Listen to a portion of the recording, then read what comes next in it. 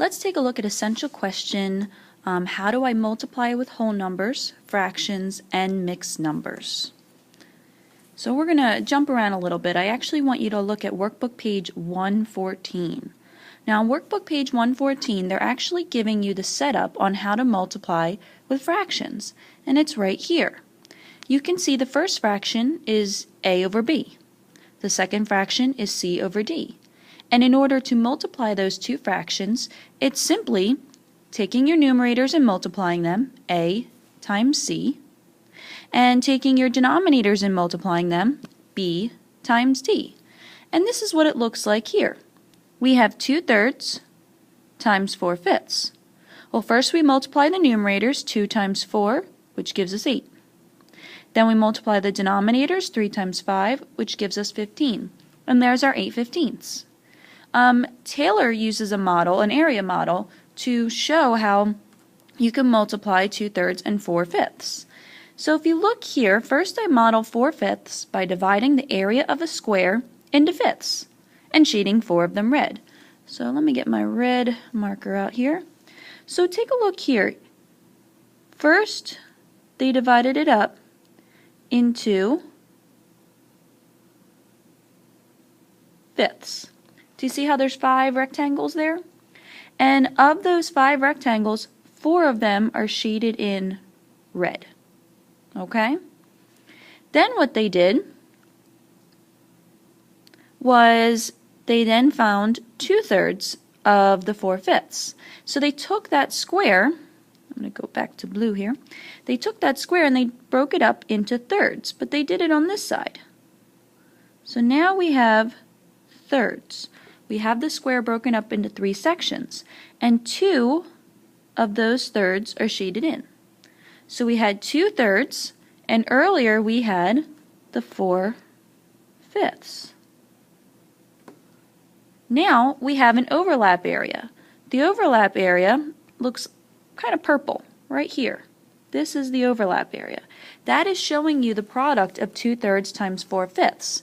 If you looked carefully, you would see that the whole thing is now broken up into 15 different sections.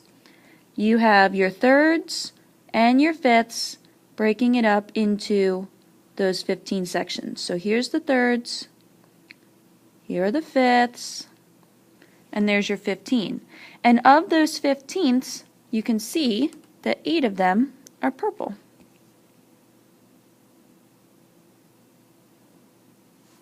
So that's just one way that you could model multiplication. You can use your area model. Now we're going to flip to page 113. So this was the page previous. We're going to talk about multiplying with whole numbers. So take a look at A. What if you have a fraction like 1 over d, and you're timesing it by w, which is going to stand for the whole number?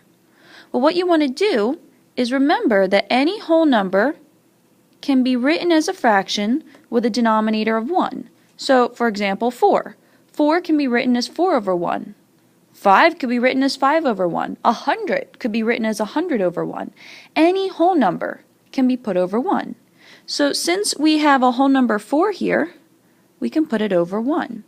So instead of 1/3 times 4, we're doing 1/3 times 4 over 1. And then we're going to apply what we had done previously. Remember, you multiply your numerators, which is what they have going on here, 1 times 4, and then multiply your denominators, and that's our 3 times 1, and that gives us 4/3, also known as 4 divided by 3. Take a look at this diagram here to help you to kind of see, the 1/3 times 4. You'll notice that they used a really important word here, and that's of. When they're talking about doing 1/3 times 4, they're saying, well, what's 1/3 of 4? Of is a word that we use for multiplication. Here we have 4 rectangles, and each of those rectangles is broken up into thirds.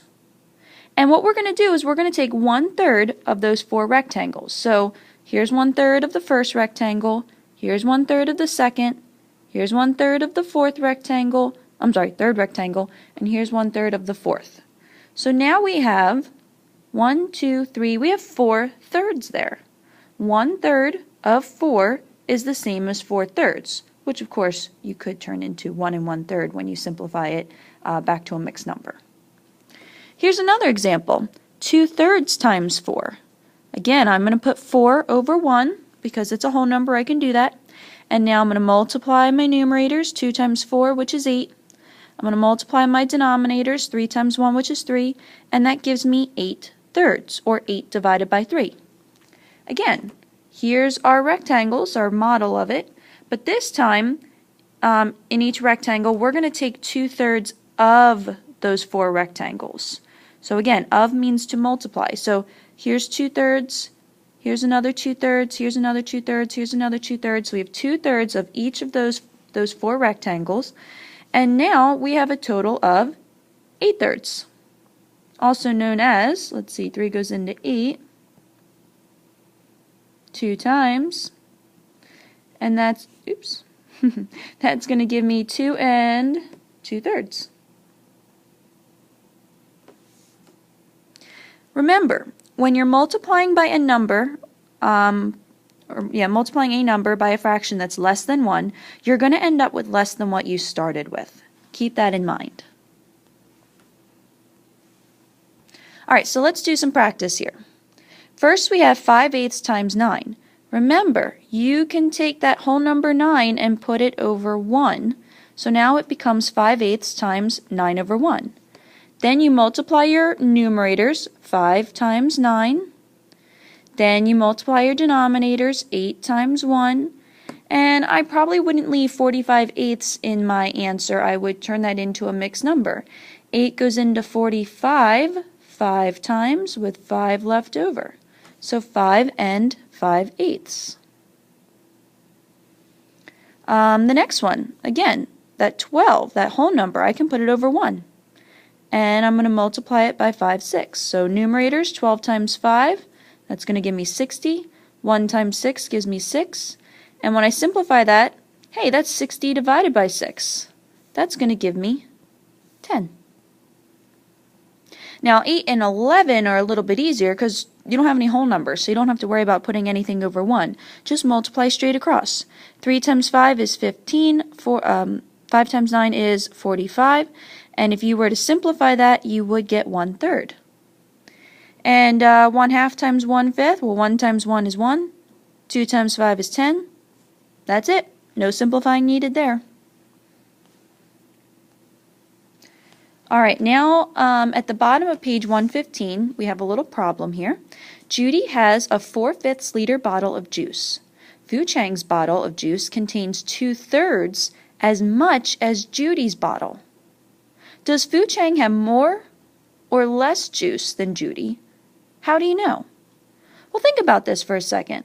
If I took away that fraction of the 4/5 bottle of juice, what if I said Judy has a whole bottle of juice and Fu Chang has 2/3 as much? I'm saying that obviously Fu Chang has less than a whole, right? He has 2/3 as much. He has 2/3 of whatever Judy has. In this case, because you're saying, let's see, 2/3, here we go, 2/3 as much as 4/5, that's the same as saying 2/3 of 4/5. We're talking about a fraction of another fraction. Right away, because I'm talking about having such a small fraction of another fraction, I know that Fu Chang must have less.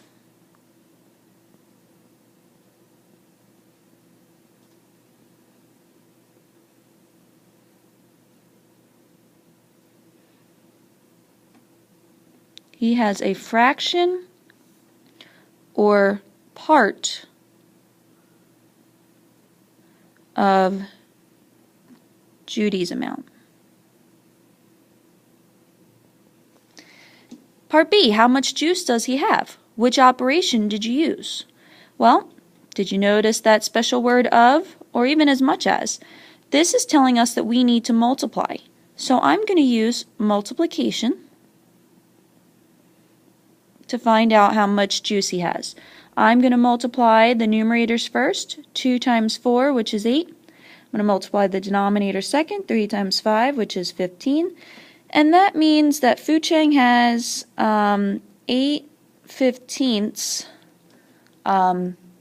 liters of juice. Okay? How much more or less juice does he have? Which operation did you use? Well, whenever you're being asked how much more or even how much less, that sounds like you're going to have to do subtraction. And in this case, we know the question is how much less does he have, because we know he has less. Let's figure out how much less.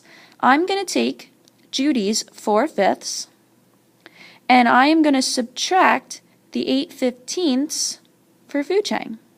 And of course, remember you need your common denominators. And let's see, times 3 times 3. Now I have 12/15 minus 8/15. And that's going to give me 4/15. So he has 4/15 less than Judy. Okay, your takeaways. So here are the steps. Remember, when you're multiplying with fractions, multiply your numerators, then multiply your denominators, keep your numerators and denominators separate, and of course make sure your answer is a mixed number or proper fraction and that it's in simplest form. If you have any whole numbers, don't forget to put the whole number over 1 before you do the rest of the steps. And keep in mind the word of means to multiply.